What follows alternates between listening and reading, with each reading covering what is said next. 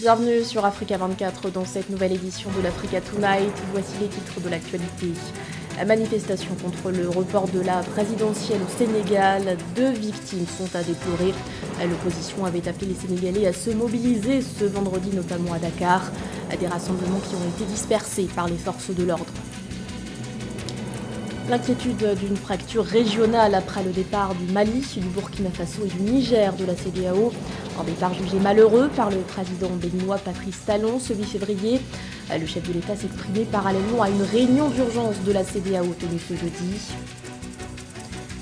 Et puis la lutte contre le chômage des jeunes en Afrique du Sud. Les autorités avaient lancé en 2020 un programme présidentiel de relance de l'emploi. Quel bilan à ce jour? Élément de réponse à suivre dans ce journal. Les tensions restent vives au Sénégal depuis l'annonce du report de la présidentielle. Ce 9 février, des heurts ont éclaté entre forces de l'ordre et manifestants dans plusieurs villes du pays. 2 étudiants sont décédés. Alors que le président Macky Sall cherche l'apaisement, l'opposition et la société civile ne décolèrent pas.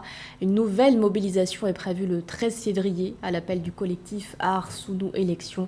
Samantha Saberou-Sabomanga.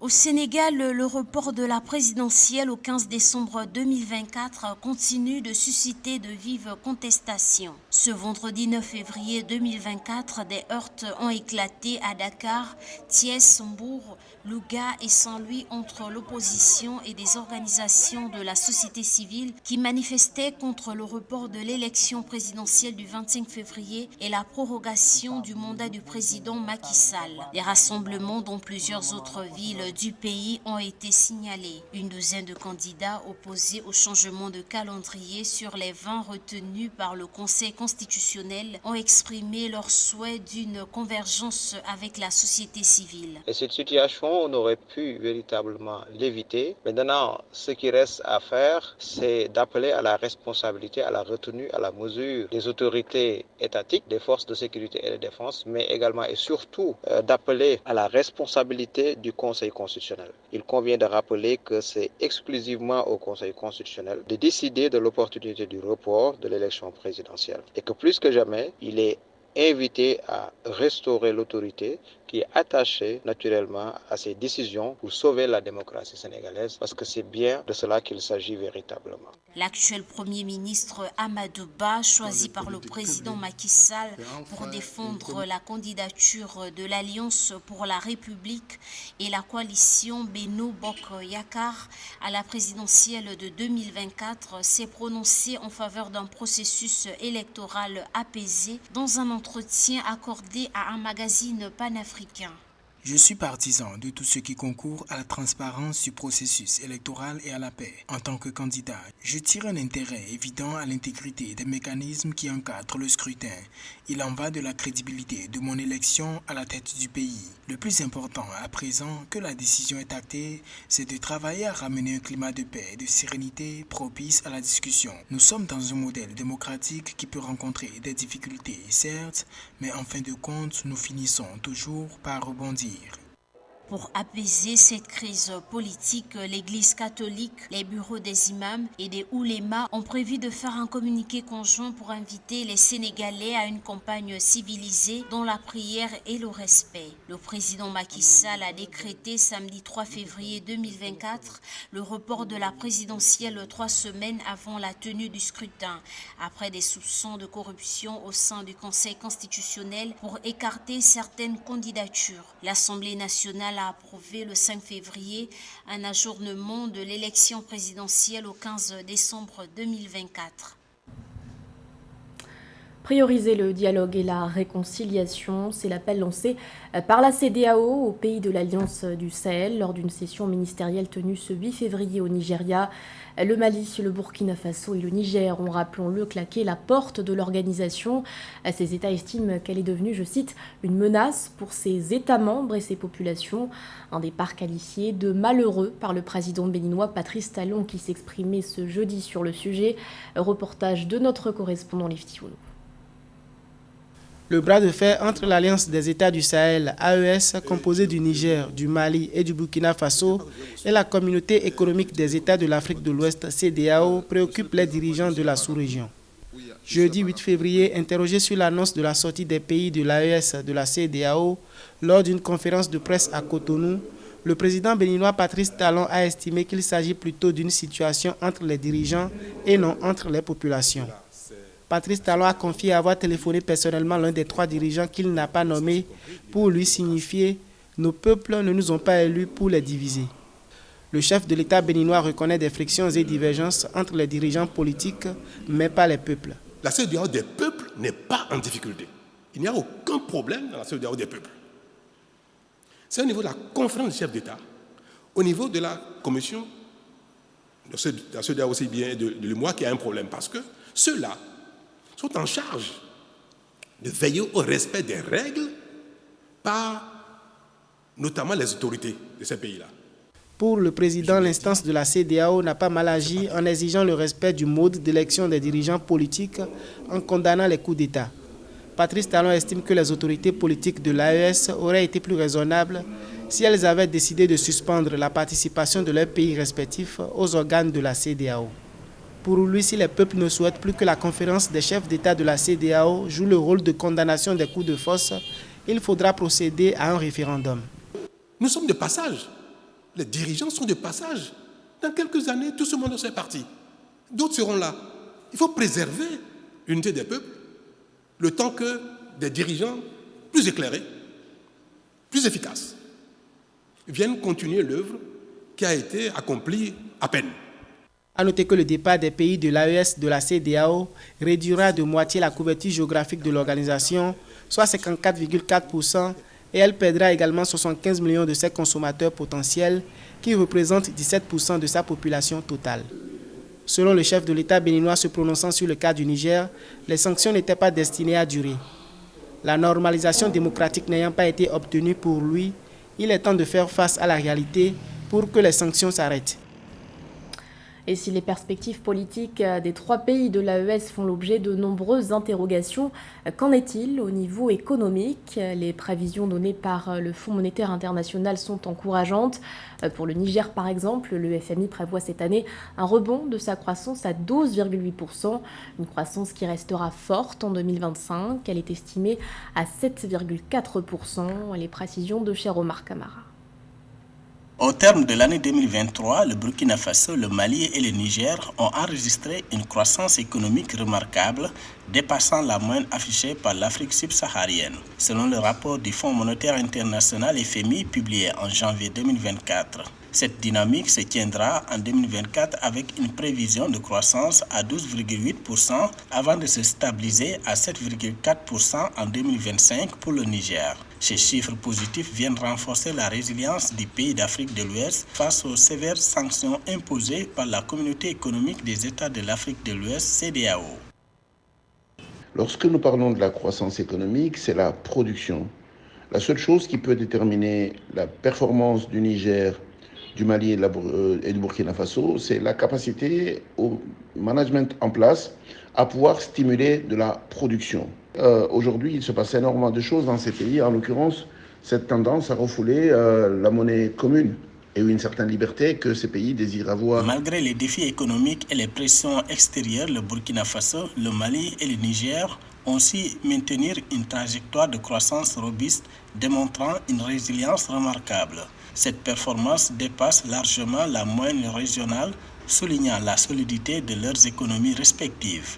C'est important d'observer ce qui va réellement se passer. Je ne peux pas garantir que les chiffres du FMI vont se produire comme le FMI le prétend ou qu'ils ne se produiront pas. Mais je dis simplement, attendons voir. Aujourd'hui, la turbulence dans la zone est tellement importante que certains facteurs exogènes peuvent être réellement impactants.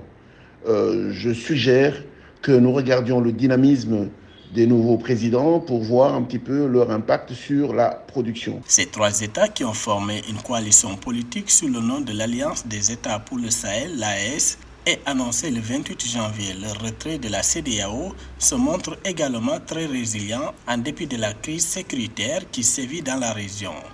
D'une estimation de 4,3% en 2023, la croissance du PIB au Burkina Faso devrait se consolider à 4,8% en 2024 et se hisser à 5,1% en 2025 selon le FMI. Au niveau du Mali, la croissance estimée à 4% devrait se maintenir cette année avant de progresser à 5% en 2025. Dans l'actualité également, le président Joseph Boakai déclare la guerre à la corruption au Libéria. Sur demande du chef de l'État, 3 institutions seront auditées. Sur la liste figurent la Banque centrale, l'Agence de sécurité nationale et l'Agence de la protection de l'environnement. Un travail d'assainissement qui sera mené par la Commission générale d'audit du pays. L'enquête couvre la période 2018-2023, soit lorsque l'ancien président Georges Weah était au pouvoir. Elle a 3 mois pour rendre ses conclusions. Certains experts le considèrent comme une bombe à retardement. En Afrique du Sud, le taux de chômage est particulièrement élevé chez les jeunes. 66,5% des 15-24 ans chercheraient un emploi. Pour répondre à ce défi, les autorités avaient lancé le programme présidentiel de la relance de l'emploi. Cher Omar Kamara. Dans une initiative sans précédent, le gouvernement sud-africain s'est résolument attaqué au fléau du chômage des jeunes, une crise alarmante où des millions de jeunes âgés de 15 à 24 ans se retrouvent sans emploi, sans éducation et sans formation. Face à cette réalité, le gouvernement a lancé le programme présidentiel de relance de l'emploi PSE, offrant 1,7 million d'opportunités de travail pour cette tranche démographique vulnérable. C'est peut-être une esquisse de solution face à une jeunesse désemparée et désespérée, avec un chômage massif qui quand même devient une bombe sociale, que le gouvernement cessait dans cette forme de lutte, mais qui ne me paraît pas quand même très efficace.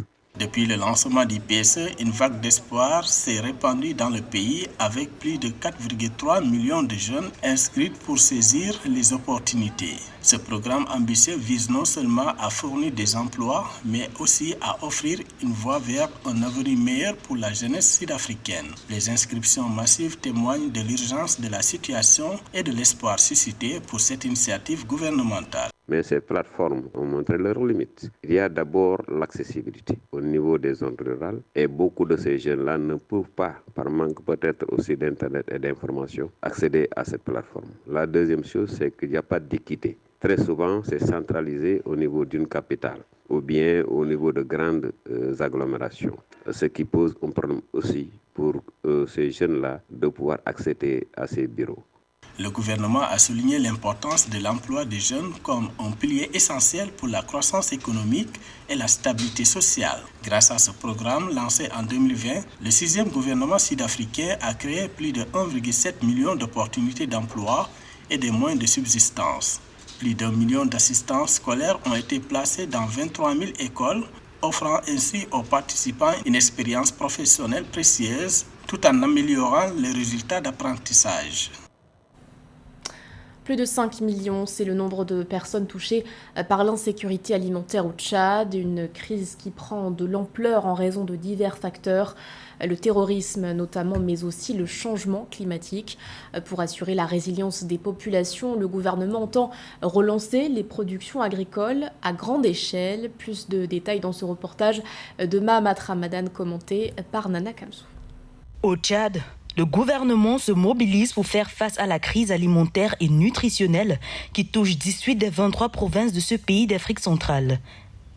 L'une des priorités selon les autorités est de relancer les productions agricoles à grande échelle dans les zones tropicales pour renforcer les stocks alimentaires. L'objectif étant de contribuer à baisser les prix des denrées alimentaires sur le marché. De faire en sorte que les projets qui sont en cours, les projets de production agricole, puissent être activés très rapidement. Les cultures maraîchères qui sont dans les zones possibles, nous allons faire en sorte que cela soit fait tout très rapidement. Effectivement, bien sûr, l'ONASA n'est qu'une solution ponctuelle, pas une solution durable. Sur les étals des marchés tchadiens, les prix des denrées alimentaires de première nécessité comme les céréales, le sucre, l'huile et les oignons ont augmenté de plus de 50% depuis 2021. Seulement, malgré l'exonération des droits et taxes à l'importation sur certains produits, la situation demeure préoccupante.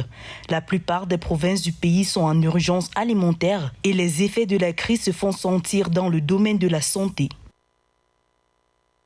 Nous allons essayer d'agir sur la production des bonnes semences. Essayons de faire en sorte que la recherche puisse avoir les moyens et produire des semences adaptées pour les différents types de sols, les différentes zones écologiques où on peut donner la possibilité à nos populations d'avoir à manger. Cette crise alimentaire qui touche le Tchad depuis 2021 est causée par la baisse des productions agricoles liées aux inondations et aux effets du changement climatique qui ont impacté sérieusement les zones rurales.